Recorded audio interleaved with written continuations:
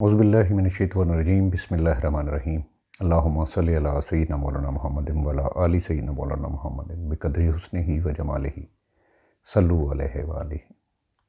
साडी सुच्चे सौदे दी अज दी बैठक दा मौजू है ऐब। ऐब एक ऐसी चीज़ है जिहड़ी हर इंसान दे विच मौजूद है। कोई भी सवाए अल्लाह ताला दी जिहड़ी मासूम मखलूकात या मासूम तखलीक है, जिहड़े उहदे औलिया कराम वलीउल्लाह बजुर्ग ते पैगंबर अल्लाह ताला दे जिहड़े आए वो बेखता सीगे ते असी सभी लोग जिहड़े हैं खता दे पुतले हैं। ऐब ने साडे अंदर ते सानू जिहड़ा रिज़क मिल रहा है वो साडे ऐबां अल वेख के नहीं मिल रहा। जे मिलदा हुंदा तो शायद भुखे मर जांदे।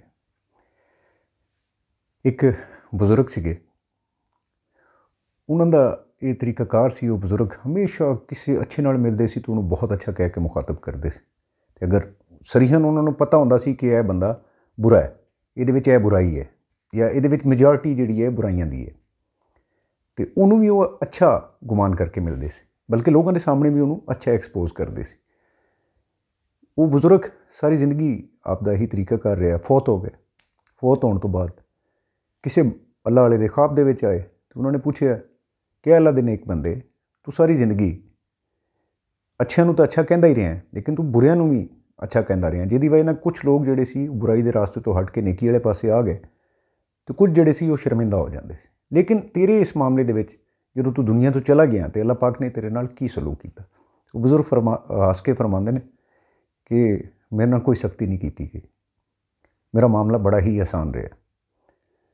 तो क्योंकि मैं दुनिया किसी नाल सख्ती नहीं सी की, मैं दुनिया दे विच लोगों दे नाल अच्छाई नाल पेश आंदा रहा, लोगों की कली ऐब की टोह दे विच नहीं रहा। ऐबां वालियां दे ऐब की पर्दापोशी करके तो मैं उन्होंने अच्छा ही समझदा रहा, तो इसलिए मेरा मामला बहुत आसान हो गया। इस गल दे विच साडे वास्ते एक दर्स है कि देखो हर बंदा, हर इंसान ऐब नाल भरिया हुआ है। उसकी रेशो किसी की जिंदगी 5% है, किसी की जिंदगी 1% है, किसी 10 है, किसी 30 है, 40 है, 50 है, 60, 70, 80, 90। ठीक है, 80, 90 तो उत्ते असी गुमान ही नहीं कर सकते कि किसी बुराई होएगी। ठीक है जी। अगर कोई चोर, डाकू या कातल या पेशावर है, उहदे विच भी ईमान की रमक है, वो अपनी जिंदगी अच्छाइयां जरूर करता होएगा। अपने रिश्तेदारों के नाल, अपने इलाके के नाल कितों होरों लुट के लिया है या कुछ करता है या जुल्म करता है, किसी नालों चंगा काम जरूर करता होएगा। लेकिन रेशो है, परसेंटेज है। सानू एक कोई हक नहीं पहुँचता कि असी दूसरों की ऐबां की जस्तजू च रहीए, लोगों के ऐब टो के, लोगों के ऐब जिहड़े लभ के असी उन्होंने एक्सपोज करिए तो उन्होंने मजाक उड़ाइए, तो उन्होंने दुनिया के सामने असी गुनाहगार, मुजरम या इस चीज़ों का साबित करिए। हाँ, कोई जालम है, कोई कतल हो गया है या कोई इस तरह का जिहड़ा शरीयत जिहदे बारे सानू हुक्म देती है उन्होंने एक्सपोज नहीं करना। लेकिन कोई नॉर्मल कोई ऐसे मसले मसाइल ने, किसी बंदे की कोई जाती ऐसी चीज़ है जिहड़ी तुहानू नहीं पसंद, कोई बंदा अपनी जात के नाल कोई इस तरह नशा करता है या कोई बंदा इस तरह की झूठ बोलता है या बंदा माली मामला ठीक नहीं है, तो तुसीं उन्होंने लोगों के सामने एक्सपोज ना करो। तुसीं उन्होंने उहदी जात के सामने भी इस तरीके नाल नसीहत ना करो कि वह बुरा मान जाए। उन्होंने हमेशा ये याद दहानी कराओ कि भाई तू अच्छा बंदा है।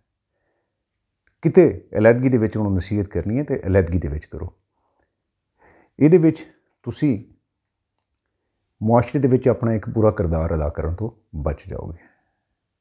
सानू एक कोई हक नहीं है कि असी जज बन जाइए, असी मुनसफ बन के जो काम अल्लाह ताला दा है वो काम असी करना शुरू कर दीए। अल्लाह ताला सतारुल अयूब ने वो लोगों के ऐबां नूं छुपाते हैं, लेकिन असी लोगों के ऐब फखर नाल सीना तान के असी दसते हैं कि जी फलाना तो फलाना है, फलाना तो अपने दौर च यह होंदा सी, फलाना तो अपने दौर दे विच यह होंदा सी। वो भाई अगर वो पुराना अपने माजी दे विच कुछ बंदा गुनाहगार सी या वो राहे रास्ते नहीं सी, लेकिन उन्हें रजू कर लिया, तौबा कर ली, उस तो बाद वो राहे रास्ते आ गया, तो किते ये ना हो कि तेरी वो तनकीद सुन के या तेरे जनाब विच दो अर सुन के वो कहे अच्छा यार ये तो मैनू एक्सैप्ट ही नहीं करते, तो मैं उस तरह का ही चंगा सी।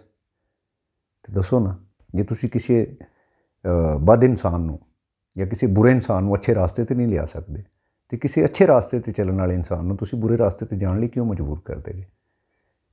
ਇਹ ਚੀਜ਼ਾਂ ਸਾਨੂੰ ਆਪਣੇ ਰਵੱਈਆਂ ਦੇ ਵਿੱਚ ਸ਼ਾਮਲ ਕਰਨੀਆਂ ਪੈਣਗੀਆਂ। ਅਸਲਾਮ ਅਲੈਕੁਮ।